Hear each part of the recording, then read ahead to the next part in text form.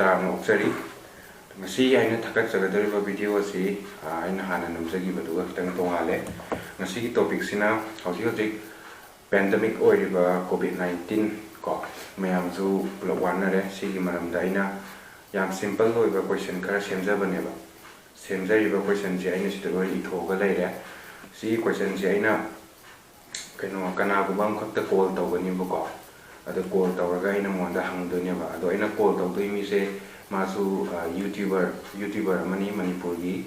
그리고 마수 제니얼데 나오나 항상 나오거니 하고 따래 그래서 마수 그노 아이가 콜랍 tꯧ고 있는 좀 제니얼 아이디 좀 나오리거나 마한 tꯧꯔꯒꯦ나 ꯃꯉꯣꯟꯗ ꯑꯩꯅ permission ꯂꯧꯔꯦ ꯑꯗꯨꯒ ꯑꯇꯣꯞꯄ ꯁꯤ ꯂꯣꯏꯔꯒ ꯑꯇꯣꯞꯄ YouTuber ꯍꯥꯏꯇꯥꯔꯦꯀꯣ ꯃꯅꯤꯄꯨꯔꯒꯤ ꯃꯌꯥꯝ ꯂꯩꯔꯤꯁꯤꯗꯁꯨ ꯇꯧꯒꯦꯅ ꯄ꯭ꯂꯥꯟꯗꯤ ꯂꯩꯖꯔꯤ ꯑꯗꯣ ꯉꯁꯤꯒꯤ ꯑꯍꯥꯟꯕꯁꯤꯗꯤ ꯑꯩ ꯍꯥꯏꯖꯔꯔꯣꯏꯒꯦ ꯍꯣꯔꯦꯟ ꯀꯣꯜ ꯇꯧꯔꯀꯥꯟꯗ ꯐꯣꯟꯗ ꯀꯣꯜ ꯇꯧꯗꯣꯏꯅꯦ ꯑꯩꯅ ꯑꯗꯨ ꯃꯌꯥꯝꯗ ꯇꯥꯍꯟꯖꯔꯛꯀꯦ ꯑꯗꯨꯗ ꯑꯩ intro ꯇꯧꯍꯟꯖꯔꯛꯑꯒꯦ ꯑꯗꯨꯒ ꯑꯩꯅ ꯍꯪꯕꯁꯦ ꯀ꯭ꯋꯦꯁꯟꯁꯦ ꯑꯩꯅ ꯃꯈꯜ ꯑꯍꯨꯝ ꯊꯣꯛꯅ ꯈꯥꯏꯗꯣꯛꯏꯀꯣ ꯑꯗ ꯑꯍꯥꯟꯕꯗ ꯑꯩꯅ ꯍꯪꯗꯣꯏꯁꯤꯅ ꯑꯩꯅ ꯀ꯭ꯋꯦꯁꯟ 10 ꯏꯊꯣꯛꯑꯒ ꯊꯝꯃꯦꯕ ꯁꯤ 10ꯁꯤ ꯃꯅꯨꯡꯗꯒꯤ ꯑꯩꯅ ꯃꯉꯣꯟꯗ 5 ꯈꯜꯍꯟꯗꯣꯏꯅꯦꯕ ꯅꯝꯕꯔ ꯑꯣꯏꯅ 5 ꯈꯜꯂꯒ ꯑꯗꯨꯗ ꯇꯥꯕ ꯃꯥꯒꯤ ꯀ꯭ꯋꯦꯁꯟꯗꯣ ꯑꯗꯨꯅꯦꯕ ꯑꯩꯅ ꯍꯪꯗꯣꯏꯁꯦ ꯑꯗꯨꯒ ꯑꯅꯤꯁꯨꯕꯁꯤꯅ ꯀꯝꯄꯜꯁꯔꯤ ꯀ꯭ꯋꯦꯁꯟ ꯑꯅ ꯑꯩꯅ ꯀ꯭ꯋꯦꯁꯟ 3 ꯁꯦꯝꯃꯦꯕꯀꯣ ꯁꯤ ꯀ꯭ꯋꯦꯁꯟꯁꯤꯃ ꯍꯪꯒꯅꯤ ꯑꯗꯨꯒ ꯂꯥꯁꯇ ꯑꯦꯟꯇꯔꯇꯦꯟꯃꯦꯟꯠꯒꯤ ꯃꯑꯣꯡꯗ ꯍꯥꯏꯇꯥꯔꯦ ꯑꯗꯨꯗꯤ ꯍꯥꯏꯖꯔꯔꯣꯏꯒꯦ ꯍꯣꯔꯦꯟ ꯑꯗꯨꯝ ꯌꯦꯡꯕꯤꯔꯣ ꯑꯗꯨꯃꯥꯏꯅ ꯀ꯭ꯋꯦꯁꯟ 2-3 ꯑꯃꯒ ꯂꯩ ꯌꯥꯝ ꯇꯦꯟꯕ ꯇꯣꯄꯤꯛꯅꯦ ꯑꯗꯨꯗ ꯁꯨꯝ ꯃꯌꯥꯝꯗꯁꯨ ꯁꯨꯝ ꯀꯥꯟꯅꯕ ꯑꯣꯏꯅ ꯑꯗꯩ ꯈꯪꯗꯕ ꯑꯉꯥꯡꯒꯩꯅꯕꯨ ꯌꯦꯡꯉꯁꯨ ꯁꯨꯝ ꯅꯣꯂꯦꯖ ꯑꯣꯏꯅꯕ ꯍꯥꯏꯇꯥꯔꯦ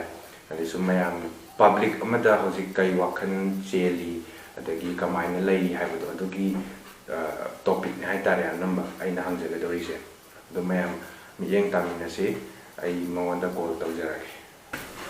ꯑꯗꯨꯗꯤ ꯃꯌꯥꯝ ꯑꯩ ꯍꯧꯖꯤꯛ ꯀꯣꯜ ꯇꯧꯔꯒꯦꯀꯣ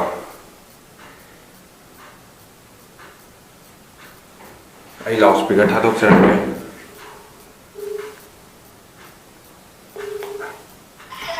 ꯍꯜꯂꯣ ꯍꯜꯂꯣ ꯇꯥꯕ꯭ꯔꯣ ꯇꯥꯏ ꯑꯣ ꯀꯩꯅꯣꯅꯦ ꯑꯩꯅ ꯍꯥꯏꯕ ꯀ꯭ꯋꯦꯁꯟꯒꯤꯗꯣ ꯑꯗꯨꯗꯣ ꯑꯩ ꯑꯗꯨꯒꯤ ꯃꯔꯝꯗ ꯍꯥꯟꯅ ꯍꯥꯏꯔꯛꯀꯦꯕꯀꯣ ꯑꯍꯥꯟꯕꯗ ꯑꯩ ꯅꯉꯣꯟꯗ ꯅꯝꯕꯔ 1 ꯗꯩꯅ 10 ꯐꯥꯎ ꯄꯤꯒꯦꯕ ꯑꯗꯨꯒꯤ ꯅꯝꯕꯔ 1 ꯗꯩ 10 ꯐꯥꯎ ꯃꯅꯨꯡꯗ ꯅꯪꯅ ꯄꯥꯝꯕ ꯅꯝꯕꯔ 5 ꯍꯥꯏꯔꯛꯑꯣꯅꯦ ꯑꯍꯥꯟꯕꯗ ꯅꯝꯕꯔꯁꯦ 1 ꯗꯩ 10 ꯐꯥꯎ ꯃꯅꯨꯡꯗ ꯅꯝꯕꯔ 2 ꯅꯦ number 235 235 67 okay sida sigi ahambaisina aina number 1 dai 10 box question sema thambaneba adu nang khanba number sigi question taba duneba ko do ahambai si kaino ngakne simple question ngakne sum COVID-19 gi maram da ko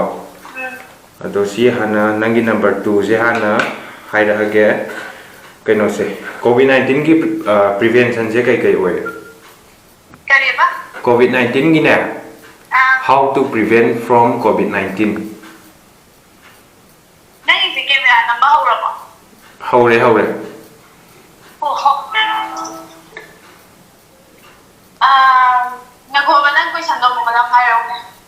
how to prevent from COVID-19 prevention खरा लाइदे ना सुम अकोई public न खंग बदा अदू तो high तारे social distance kumba ko sana habiti sanitizer se fazana toina dum sizinaba dagi mask se dum sana habiti mapathui khuding ya dum pukpa haita ya dum maina okay and then number 3 sina nangje kai gumba haidi noi family da ne noi family da COVID-19 naga mi ma lairen khala seba adoi taga di nang kai dongni akui imung da na ba ma yaw da di ma si quarantine center da lairega na doi ro na traga na yum manung da lai na de ro quarantine da lairen badagi na re na khala se or yum da smai sum lairen badagi noi chingna da na test tawre ba ko test taw badagi ma je naramen khala seba adoi ta di noi gi khudaki response to kai no nang ya dar product haidi moi ki customer care ki COVID-19 ki lai dana ko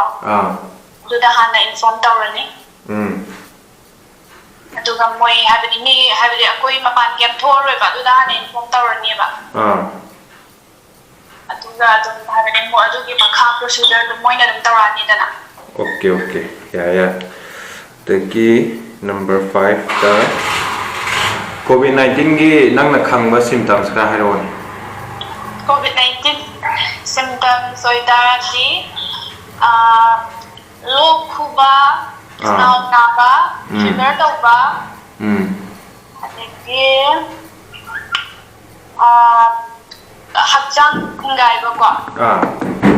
adegi running nose kumba adum common cold kumba do. Okay. Then next number 6 ko COVID-19 na ne khwaidagi nagan ba hai tare yamna infect tawgan ba se karamba sahi matang se oigan ge sahi matang se adum 20 to aina kambada 20 dagina 50 bongi maya ismale khanbada sum khatto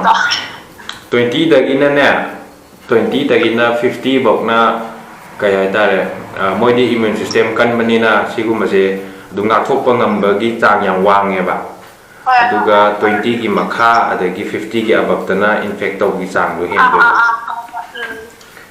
Then number 7 da nang nasagi oiba ko mi gi nataba nang nasana hojik tawba se prevent tawna ba kai taw nang nasa kai taw ri ge presi gi matang prevent tawna ba ai se ka de gi ma pan thok tre hai tam khara gi ai habadi quarantine center da lai ta ga su negative oi hai ta ga su yum da mo khai di sana khang na ko 14 years or 15 years or hai di akhoi gi angang ahan gai siga samna da ba sana tunga lai da ba. Okay ahamagi loire ko ado si loiba mathang gi se lak tringai da nang nasagi keno introduction amta hairamune ming ne lai pham ne adagi nang hojik kai tawri habdon ta hairamune lai pham hai se ai gi permanent address permanent ai gi minna Bonila Kshetrimayum ko yum nak na Kshetrimayum uga ai katsing marang kem lai kai de gi ba ai gi pasing mana aduga ai hojik Delhi da base tawraga cabin crew in laini Tatasia Airlines bistara hai su khangna bani ba da cabin crew ai lai jale oi nang ji channel YouTube channel lai dana ko adu YouTube channel se Bonila Kshetrimayum na dum lai dai na hoi Bonila Kshetrimayum mai na dum lai bani hoi mayam ji yeng biro horen magi YouTube channel da ai magi link in description da hapam mage ado next question sina ko sina compulsory question mari ne ba ko ai no da hang tuise ado aham bada nangi laikai da ne wa nangi yum thang na ba nangi locality da quarantine center da gi halak pa mi ama lai re ba ko ado ita ga di nang mo adu gi mi du da or adu gi imung du da nang kamai nam yeng tham gani nangi views to ai hojik gi oina di hai di ai akhoi su mapan yari ge mapan thok ta bana phai ko aduna chap mana na hai bade koi su mapan thok ta mina kem ta hai hoi hai du ri ga hai bade akhoi su chap mana na la ini mapan ge thorai ni hai bade keno laikai khara da sum adumaina halak pa se moina sanghaning da ba tawi dana adu tawbodo khatte hai ba adu ne point je next how's COVID-19 thengnari ba ko doctor nurse police adagi noi cabin crew gi so dum yaure hojik ti ko sigum bam frontliner ma'am sida nang kai hainingi ka government da rise how's ki frontliner ma'am se doctors nurse police kumba sigum ba sida akhoi gi damak da ra akhoi gi damak da moina tawbi se sigi damak nang kai haininge ba moida ai amna chawthokningai ni maramde moi su adagi akhoi su moi gumbani natra akhoi su samaj ki seba tawini ba habadi doctor su nurse su mi moi na mi ma makalini adagi akhoi na su habadi mi mapanda leiba yum da thoko phangda ba kangu akhoi na su moi da makta tawini ba aduna adona habadi am su kai hani am thalakningai ni moi su adagi okay adu next na